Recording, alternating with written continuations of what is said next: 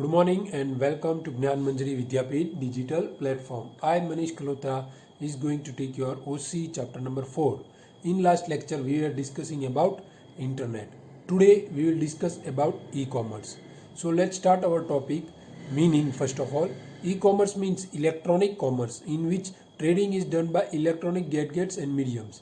All the process of this e-commerce, such as purchase, selling, advertisement, and comparison with other products, transfer of money, etc., are made by electronic gadgets.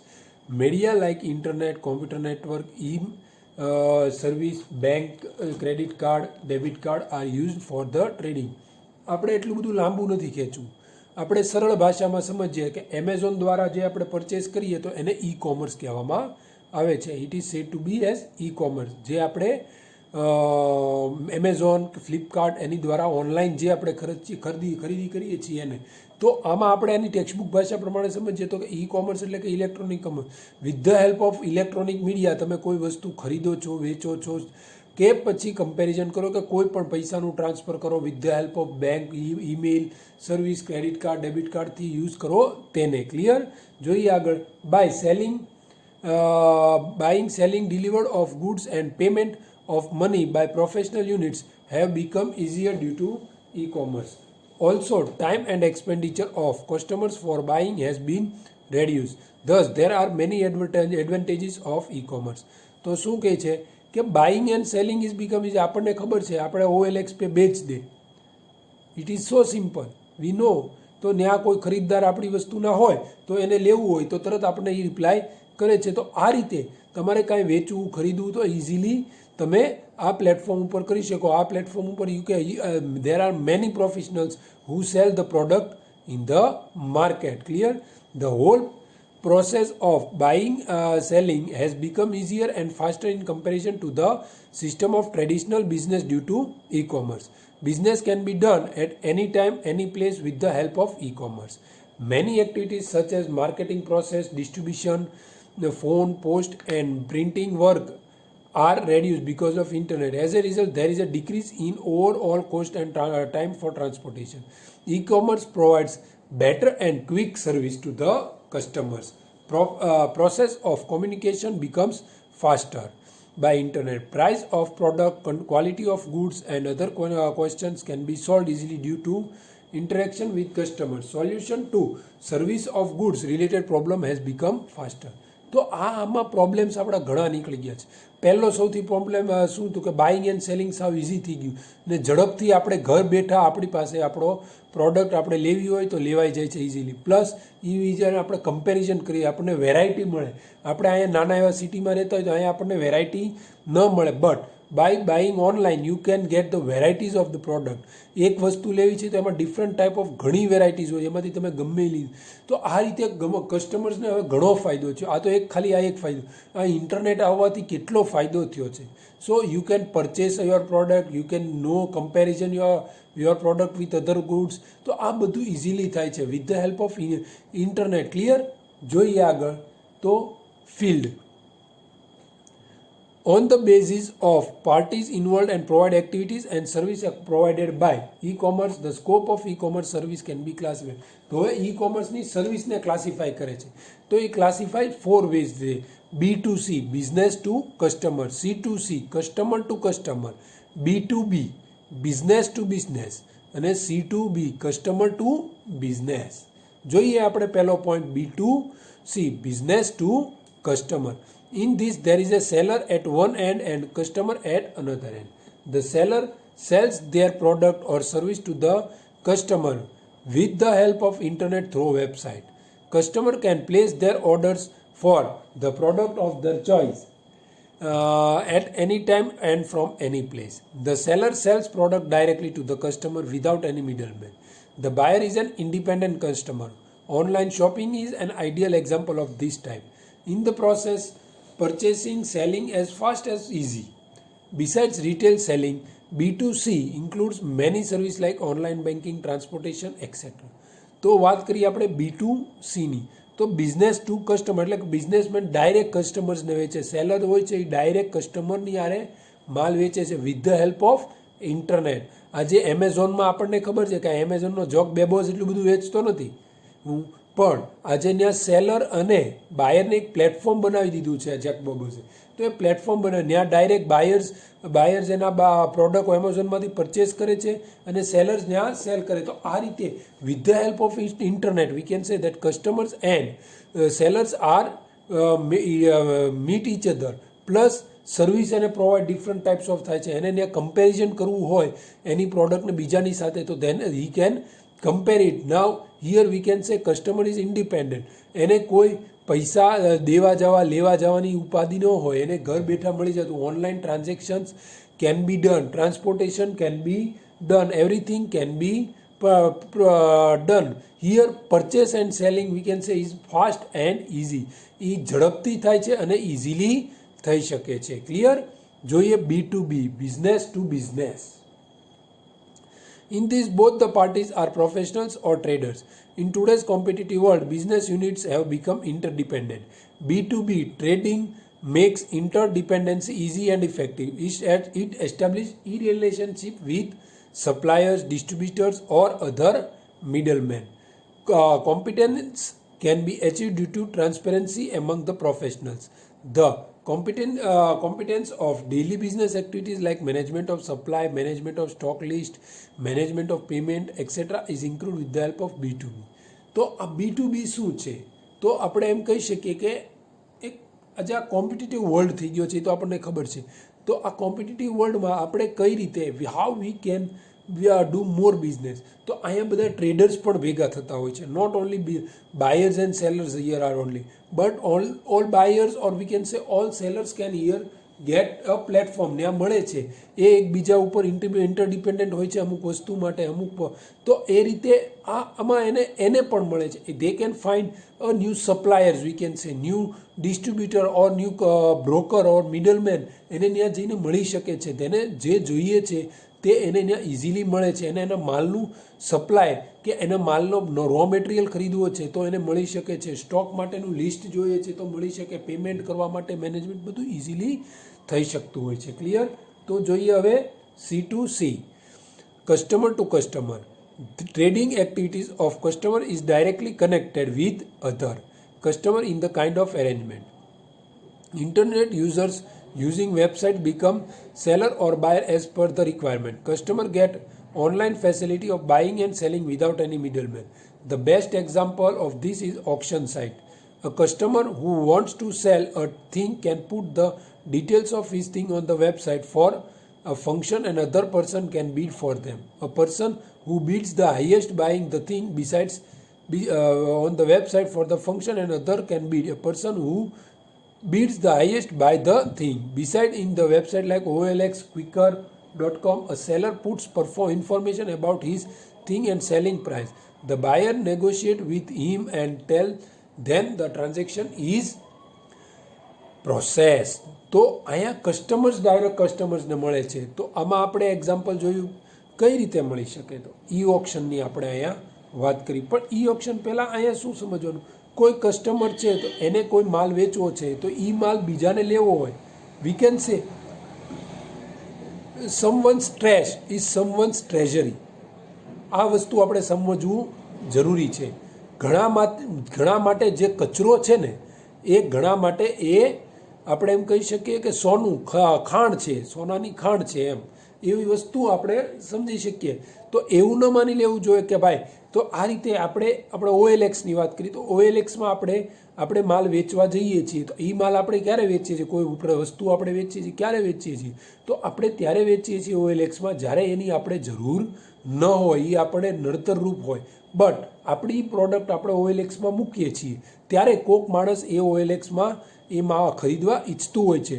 તો reason શું છે, what is the reason to buy, we can say the him. તો એ એની માટે જરૂરી છે, we can say it is important for him. So here one person who is selling on OLX is his product, we can say is not his, we can say it is a trash and others it becomes treasury.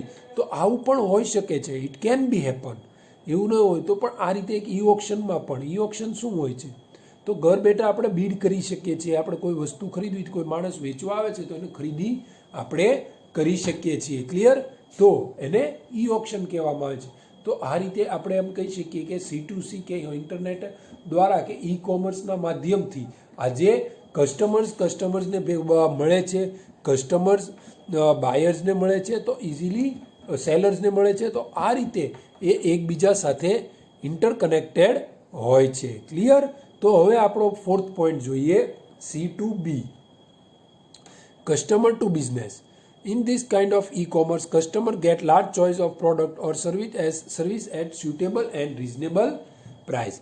The business unit that provides such service or offer product declares condition for sale and price of their service or product.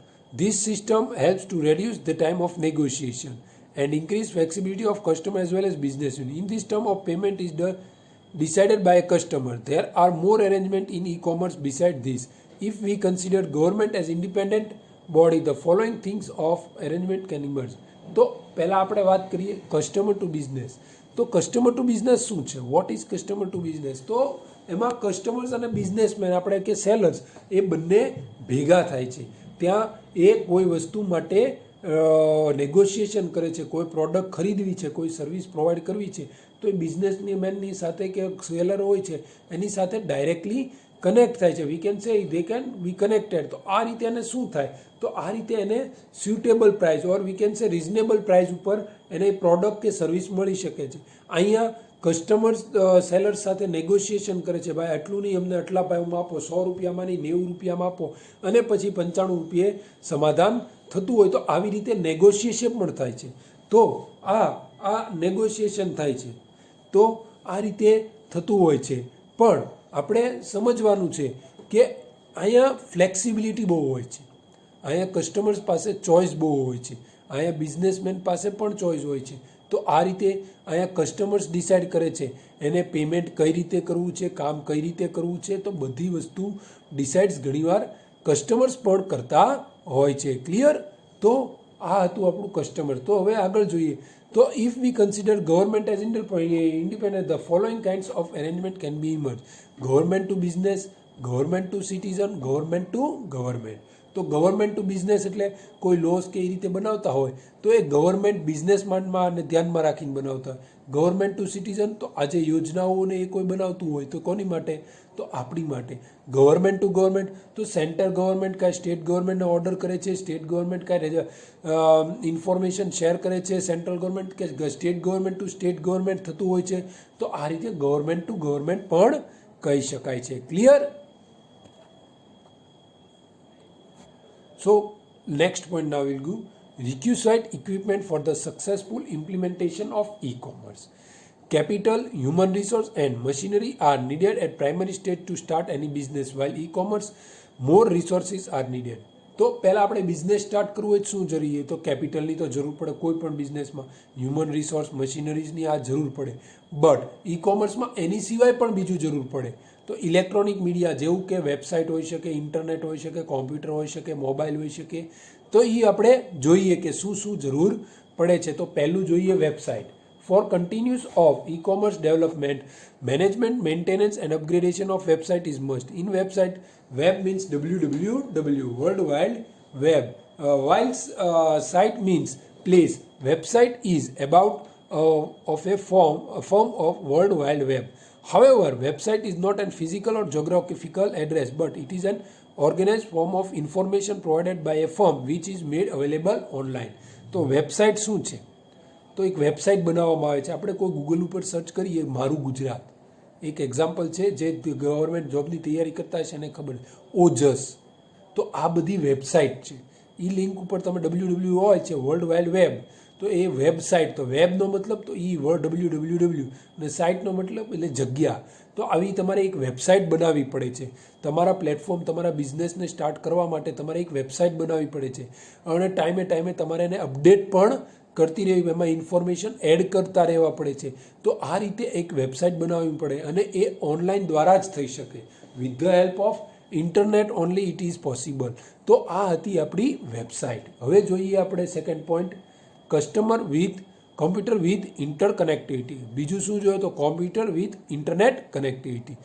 The computer of the traders or customers must have internet connectivity for the purchase or sale of business activities in commerce. તો ઈ કોમર્સમાં બીજું શું જોઈએ? તો એમાં computer જોઈએ with internet connectivity. Internet connection હોવું જોઈએ. એમાં ઇન્ટરનેટ કનેક્શન હશે ત્યારે તમે ઓનલાઈન પ્લેટફોર્મ ઉપર કોઈ પ્રોડક્ટ પરચેસ કરી શકશો અથવા સેલ કરી શકો. તો એ માટે તમારે શું જોઈએ છે? વી કેન સે એની માટે તમારે કોમ્પ્યુટર વિથ ઇન્ટરનેટ કનેક્ટિવિટી જોઈએ. થર્ડ પોઈન્ટ જોઈએ credit and card or debit card. The trader are not familiar with one another in e-commerce. So the question of financial transaction arises.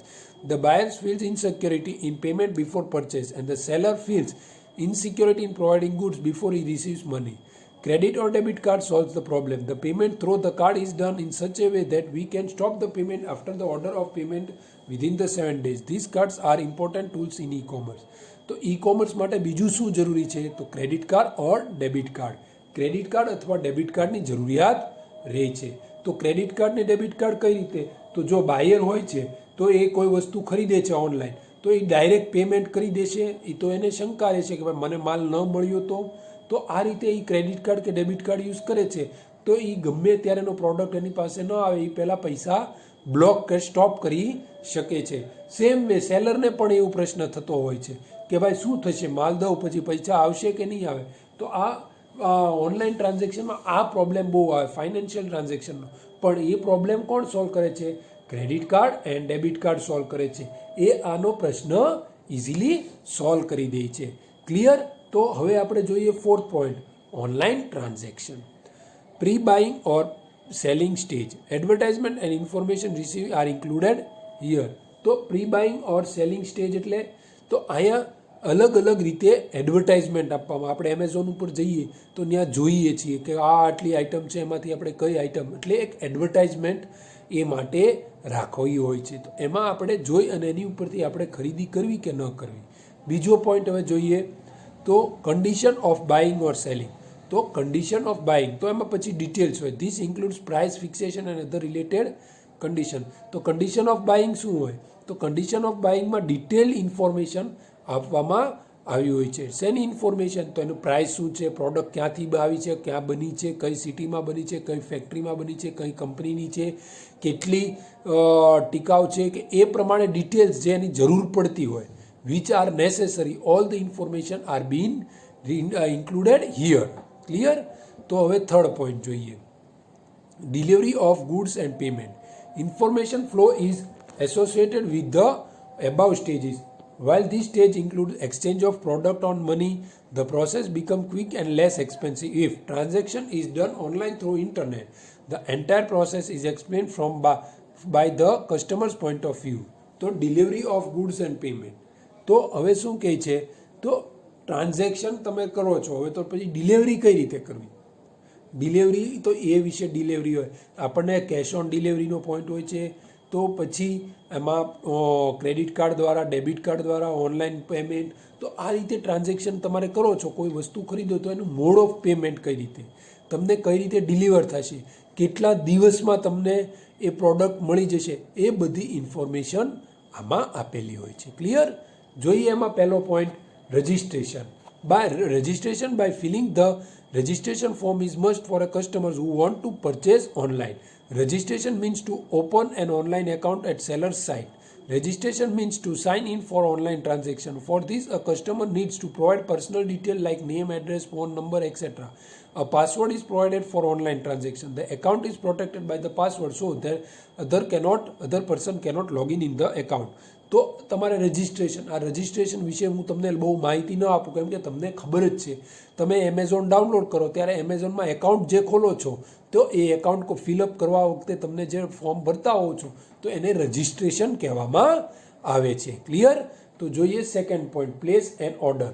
We can select and put the product of our choice in shopping cart while shopping online. Shopping cart is a list of products selected by the buyer who is shopping online. After a preparation, a list is in shopping cart. An option of payment can be selected thereafter. તો place and order. જ્યારે તમને અમુક વસ્તુ ગમે છે ત્યારે તમે એને એડ ટુ કાર્ટ કરો છો. આમાં ભલે એમનું શોપિંગ કાર્ટ લખ્યું, આપણે એડ ટુ કાર્ટ કરતા હોઈએ છીએ, ખબર? તો એ કાર્ટમાં બધું ભેગું થાય. પછી બધું ભેગું થાય પછી એ કારણ જ્યારે તમારે છેલ્લે ટોટલ આપવામાં કે તમે 5 આઇટમ સિલેક્ટ કરી એના 7,000 રૂપિયા થયા તો પેમેન્ટ કરવો છે તો પણ તમારે 7,000ની નથી લેવી, તમારે ફક્ત 5,000ની. તો એમાંથી એકાદ વસ્તુ તમે ઓછી પણ કરી શકો છો. તો આ તમે પેમેન્ટ એમાં પછી કરવાનું હોય તો પહેલાં કાર્ટમાં એડ થાય, સિલેક્ટ કરો, પછી તમે પેમેન્ટ કરવાનું હોય. ક્લિયર? હવે payment system. Payment can be made in different modes like cash on delivery, cheque, net banking, transfer, credit card, debit card, digital cash etcetera in online shopping. તો payment કઈ રીતે કરવાનું થાય છે? તો payment may be cash on delivery દ્વારા કરવામાં આવતું હોય, ચેક દ્વારા કરવામાં આવતું હોય, પછી ઓનલાઈન ટ્રાન્ઝેક્શન કરવામાં આવતું હોય with the help of banking, online banking દ્વારા, ક્રેડિટ કાર્ડ દ્વારા, ડેબિટ કાર્ડ, ડિજિટલ કેશ દ્વારા, કોઈ પણ રીતે કરવામાં આવતું હોય. ક્લિયર? તો અહીંયા આપણો પોઈન્ટ ક્લિયર થાય અબાઉટ ઓનલાઈન ટ્રાન્ઝેક્શન. હવે મોડ ઓફ પેમેન્ટ આપણે નેક્સ્ટ લેક્ચરથી ડિસ્કસ કરશું. અહીં હું મારો લેક્ચર કન્ક્લુડ કરું છું. So thank you very much and જય હિન્દ.